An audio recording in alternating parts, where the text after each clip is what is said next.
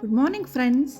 ನಿಮ್ಮೆಲ್ಲರಿಗೂ ನಮ್ಮ ಮನೆ ದೇವ್ರ ಮನೆಗೆ ಸ್ವಾಗತ ಸುಸ್ವಾಗತ. ನೀವು ನೋಡ್ತಾ ಇರ್ಬೋದು, ನಾನು ನನ್ನ ದೇವ್ರ ಮನೆನ ಈ ರೀತಿ ಇಟ್ಕೊಂಡಿದ್ದೀನಿ. ನನಗೆ ದೇವ್ರ ಮನೆ ತುಂಬ ರಂಗೋಲಿ ಹಾಕೋದು ಅಂದರೆ ತುಂಬ ಇಷ್ಟ. ಆಮೇಲೆ ದೇವ್ರ ಮನೇಲಿ ರಂಗೋಲಿ ಪುಡಿಯಿಂದ ರಂಗೋಲಿ ಹಾಕಬಾರ್ದು, ಅಕ್ಕಿ ಪುಡಿಯಿಂದ ಹಾಕಬೇಕು, ಅದು ಶ್ರೇಷ್ಠ ಅಂತ ಹೇಳ್ತಾರೆ. ನಾನು ಈ ಕಡೆ ದಕ್ಷಿಣಾಮೂರ್ತಿ ಫೋಟೋ ಹಾಗೂ ಅನ್ನಪೂರ್ಣೇಶ್ವರಿ ಸ್ವರೂಪವಾಗಿ ಒಂದು ಬಟ್ಲಲ್ಲಿ ಅಕ್ಕಿ ಇಟ್ಬಿಟ್ಟು ಕಡ್ಗೋಳನ್ನು ಇಟ್ಬಿಟ್ಟು ಪೂಜೆ ಮಾಡ್ತೀನಿ.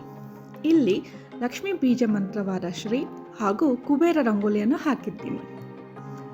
ಆಮೇಲೆ ಲಕ್ಷ್ಮೀ ಪಾದಕೆಗಳನ್ನು ಹಾಕಿಬಿಟ್ಟು ಪ್ರತಿನಿತ್ಯ ಈ ರೀತಿ ನಮ್ಮನೇಲಿ ಪೂಜೆ ನಡೆಯುತ್ತೆ. ಸ್ವಲ್ಪ ಮೇಲೆ ಇಲ್ಲಿ ವೆಂಕಟೇಶ್ವರ ಸ್ವಾಮಿ ಫೋಟೋ ಇಟ್ಟು ಪೂಜೆ ಮಾಡ್ತೀವಿ.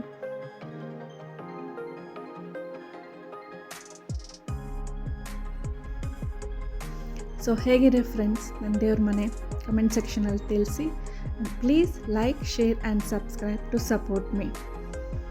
ಸೊ ಹಾಗೆ ಸ್ವಲ್ಪ ಎಡಗಡೆ ನಾನು ಮುತ್ತೈದೆ ಸ್ವರೂಪವಾಗಿ ಒಳಕಲ್ಲು, ಬೀಸೋಕಲ್ಲು ಹಾಗೂ ಕಾರುಕಲ್ಲನ್ನ ಇಟ್ಟು ಪೂಜೆ ಮಾಡ್ತೀನಿ.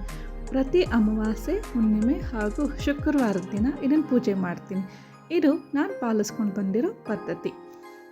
ಈಗ ಸ್ವಲ್ಪ ದೇವ್ರ ಸಾಮಾನುಗಳನ್ನ ಇಡೋದಕ್ಕೆ ಲೆಫ್ಟ್ ಸೈಡು ಪುಟ್ಟದಾಗಿ ಒಂದು ಕಬೋರ್ಡ್ ಮಾಡಿಸ್ಕೊಂಡಿದ್ದೀನಿ. ಸ್ವಲ್ಪ ಮೇಲೆ ಸ್ಕೈಲೈಟ್ ಮಾಡಿಸ್ಕೊಂಡಿದ್ದೀವಿ ಫ್ರೆಂಡ್ಸ್.